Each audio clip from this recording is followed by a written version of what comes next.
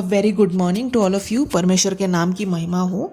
आज हम पहला यूहन्ना उसके चौथे अध्याय के 11वें वचन से कुछ देखेंगे। वहाँ ऐसा लिखा है, हे प्रियो, जब परमेश्वर ने हमसे ऐसा प्रेम किया तो हमको भी आपस में प्रेम रखना चाहिए। तो अगर परमेश्वर ने हमसे ऐसा प्रेम किया, ऐसा प्रेम कैसा प्रेम, जिसमें वहाँ लिखा है कि परमेश्वर ने अपने पुत्र को हमारे लिए दे दिया। ऐसा प्रेम जहाँ पर परमेश्वर पिता ने अपने पुत्र यीशु मसीह को हमारे लिए दे दिया, ऐसा प्रेम और कहीं हम देखते नहीं हैं। तो अगर परमेश्वर ने हमसे ऐसा प्रेम किया तो हमें दूसरों से कैसा प्रेम करना चाहिए, क्योंकि हम इतने नालायक थे, हम इतने पापी, इतने बुरे थे, और हम जैसे इंसानों को परमेश्वर ने ग्रहण कर लिया क्योंकि सिर्फ हमने यीशु मसीह पर विश्वास कर लिया, इसी वजह से, और हमने अपने पापों का पश्चाताप किया। तो ऐसा प्रेम कि परमेश्वर सिर्फ विश्वास से और पापों की पश्चाताप से हमें कबूल कर लेते हैं, तो हमें दूसरों से कितना प्रेम करना चाहिए, ये बताने की कोशिश कर रहे हैं कि हमें कितना ग्रेटफुल होना चाहिए या कितने आभारी होना चाहिए कि हम दूसरों को भी प्रेम करें, चाहे वो कितने भी बुरे हो। ऐसा करना हमारे लिए बहुत मुश्किल है। इसलिए परमेश्वर का वचन ये भी कहता है कि हमें अपने दुश्मनों से प्रेम रखना है। हमें किसको तकलीफ होती है दोस्तों से प्रेम रखने की? किसी को नहीं, बहुत आसान है। लेकिन हम में से कितने लोग अपने दुश्मनों के बारे में अच्छे मन से सोच पाते हैं? नहीं, हम तो बहुत गुस्से से सोचते हैं। लेकिन हमारे प्रभु ने हमें कहा है कि हमें दुश्मनों से प्रेम रखना है। तो अगर परमेश्वर हमें कह रहे दुश्मनों से प्रेम रखना है, तो हमें अपने लोगों से कितना ज़्यादा प्रेम रखना चाहिए। हमारे प्रेम में स्वार्थ बहुत होता है। हम उन्हीं को प्रेम करना चाहते हैं जो हमें प्रेम करते हैं, जो हमारे लिए कुछ करके दिखाते हैं, जो हमारे लिए चीज़ें लाते हैं, जो हमारे लिए कुछ त्यागने के लिए तैयार है। हम ऐसे ही लोगों को ही प्रेम करने में बहुत आसान लगता है हमें। लेकिन हमें दूसरों से, सब जन से प्रेम करना है, बिना भेदभाव के हमें प्रेम करना है। जैसे हमने देखा कि उड़ीसा में जब ग्राहम स्टेन्स और उनके दोनों बेटों को उस जीप में जिंदा जला दिया था, उसके बाद उनकी बीवी ने वो उन लोगों को जिन्होंने ये क्रिया किया था उनको माफ़ किया। ऐसा माफ़ करना, जब खुद के पति और बच्चे उस कार में जल के मर गए, फिर भी उन्होंने उनकी तरफ प्रेम दिखाया। क्या हम ऐसा प्रेम दिखा पाएंगे? ऐसी परिस्थिति हम बहुत कम लोगों की ज़िंदगी में आती है। चाहे अभी ये परिस्थिति बढ़ने की बहुत संभावना है, जिस तरीके से विश्वासियों की तरफ नफ़रत पैदा हो रही है लोगों के मन में, तो ऐसी संभावना बहुत है कि हमारी ज़िंदगी में भी ऐसी तकलीफ़ें आ सकती हैं। जैसे अभी अफ़गानिस्तान में देख रहे हैं, जहाँ से यूएस ने अपने आप को विड्रॉ कर लिया है। उसके बाद जो तालिबान ने जो वहाँ पर हंगामा मचा के रखा है, जिसकी वजह से वो घर में ढूंढ ढूंढ के विश्वासियों को गोली मार के ख़त्म कर रहे हैं।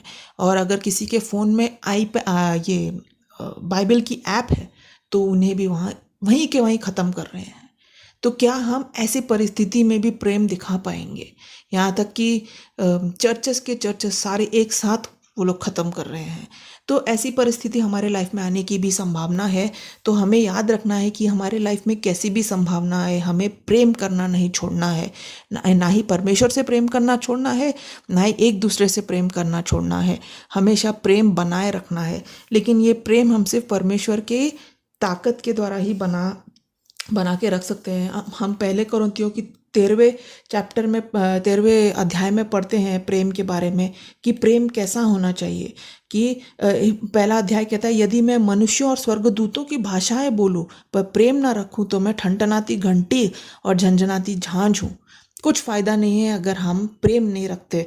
हम कितनी भी बड़ी बड़ी बातें करें, कितने भी बड़े बड़े मैसेज देंगे, हम कितनी भी लोगों को एडवाइस देंगे, लेकिन अगर हम प्रेम नहीं दिखाएंगे तो वो सब व्यर्थ है। अगर यहाँ तीसरे वाक्य में लिखा है, यदि मैं अपनी संपूर्ण संपत्ति कंगालों को खिलाने के लिए दान कर दूं और अपनी देह जलाने के लिए सौंप दूं, परंतु प्रेम ना रखूं तो मुझे कुछ भी लाभ नहीं। ऐसे भी कई लोग हैं जो बहुत गरीबों को देते हैं, लेकिन वो किसी देना है करके कई लोग देते हैं, लेकिन परमेश्वर चाहते हैं कि हम वो देना, चाहे वो 10 लाख रुपए हो या 100 रुपए हो, हमें वो प्रेम से देना है, तभी उस देने का कुछ मूल्य है, नहीं तो वो व्यर्थ है। अधर्म से आनंदित नहीं होता, परंतु चौथे और पांचवें अध्याय में प्रेम धैर्यवान है, प्रेम दयालु है और वह ईर्ष्या नहीं करता। प्रेम धैर्यवान है, कितने भी तकलीफ आए हमें धैर्य रखना है, क्योंकि प्रेम में धैर्य है। प्रेम दयालु है, दूसरों के ऊपर दया दिखाना, जलन नहीं करना। प्रेम दूसरों को का अहंकार नहीं करता। जैसे प्रेम के बारे में बहुत सारी बातें पहले कुरिन्थियों की 13वें अध्याय में बताई है, जो आप खुद से पढ़ सकते हैं। तो परमेश्वर की उम्मीद हमसे बहुत बड़ी है कि हम जब दूसरों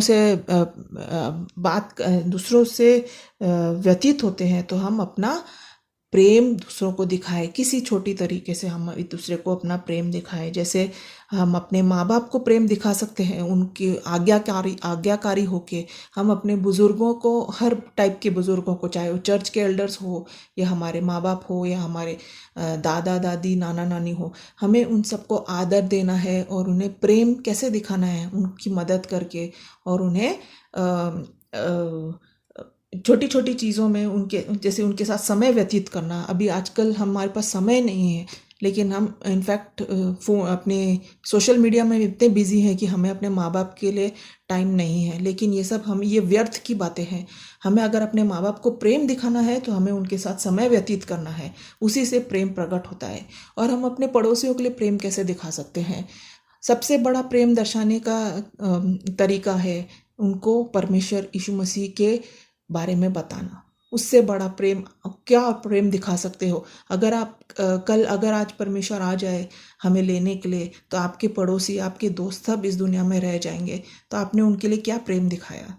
हमारा प्रेम तभी दिखता है जब हम आते हैं। और हम अविश्वासियों के लिए क्या कर सकते हैं? उनको हम परमेश्वर के बारे में बता के कि मरने के बाद एक आशा है, जो दुनिया में आशा नहीं है, किसी जो विश्वासियों के सिवाय किसी के पास भी आशा नहीं है। वो एक मोह माया में चल रहे हैं कि कल हम कुछ मर गए तो हम किसी और रूप में वापस आएंगे। तो हम उनको प्रेम कैसे दर्शा सकते हैं? हम उनको परमेश्वर के बारे में बता के प्रेम दर्शा सकते हैं, ताकि कल जब ये उनकी दुनिया के दिन खत्म हो जाएंगे, जब वो मौत में उनकी आंखें बंद हो जाएंगी, तब वो परमेश्वर के सामने उनकी आंखें खुलेंगी, तो उन्हें पता चलेगा कि मेरे दोस्त ने मेरे कितना मुझसे प्रेम किया, कि मुझे बताया। नहीं तो जब उनकी आंखें बंद होकर नर्क में खुलेंगी तो वो कहेंगे मेरे दोस्त ने रोज़ मेरे साथ चला फिरा, लेकिन मुझे एक बार भी नहीं बताया कि परमेश्वर ये सच्चा परमेश्वर है। इसने मुझे एक बार भी बताया होता तो मैं शायद परमेश्वर के ऊपर विश्वास करके आज मैं स्वर्ग में होता। तो प्रेम करने का सबसे बड़ा तरीका है दूसरों को परमेश्वर यीशु मसीह के बारे में बताना। और उसके अलावा हमारे चर्च में, हमारे पड़ोसी में जो विश्वासी भाई बहन हैं, उसमें कई गरीब हैं, उनको हम अपने परमेश्वर ने हमें जो दिया उससे उनको देना। उनके कई बच्चे जो माँ बाप अपने बच्चों को पढ़ा नहीं पाते, हमारे पास काफ़ी पैसे हैं तो हम उनको थोड़ा पैसा दे के उनके बच्चों की पढ़ाई करवाए, कुछ उनको कपड़े खरीद के दे, ऐसा प्रेम। कुछ उनको खाना बना के दे, राशन दे 1 महीने का। ये कोविड के टाइम में बहुत लोगों की नौकरी छूट गई है, तो हम छोटी जो चीज़ें हम दूसरों के लिए सोच के कुछ करें, उसमें हमारा प्रेम, परमेश्वर का प्रेम दर्शाया जाता है। इवन हमारे डेली व्यवहार से हमारे आसपास में जो अविश्वासी लोग हैं वो देखेंगे, हमारे चाल चलन से, हमारे बात के तरीके से, हमारे हर बात में प्रेम होना चाहिए। तो वो देख के उन्हें समझ में आएगा कि ये लोग अलग हैं, इनके अंदर परमेश्वर की आत्मा रहती है, क्या है इनके बारे में। उन्हें हमारे बारे में और जानने की इच्छा होनी चाहिए, क्योंकि तभी जाके वो ढूंढेंगे कि ये यीशु मसीह कौन है, और वो परमेश्वर को भी पा सकते हैं। तो हमें जैसा परमेश्वर ने प्रेम किया, हमें दूसरों से प्रेम दर्शाना है। हमें ये एक सीखना है, प्रेम करना सीखना है, क्योंकि ये परमेश्वर की आज्ञा है। परमेश्वर के नाम की महिमा हो।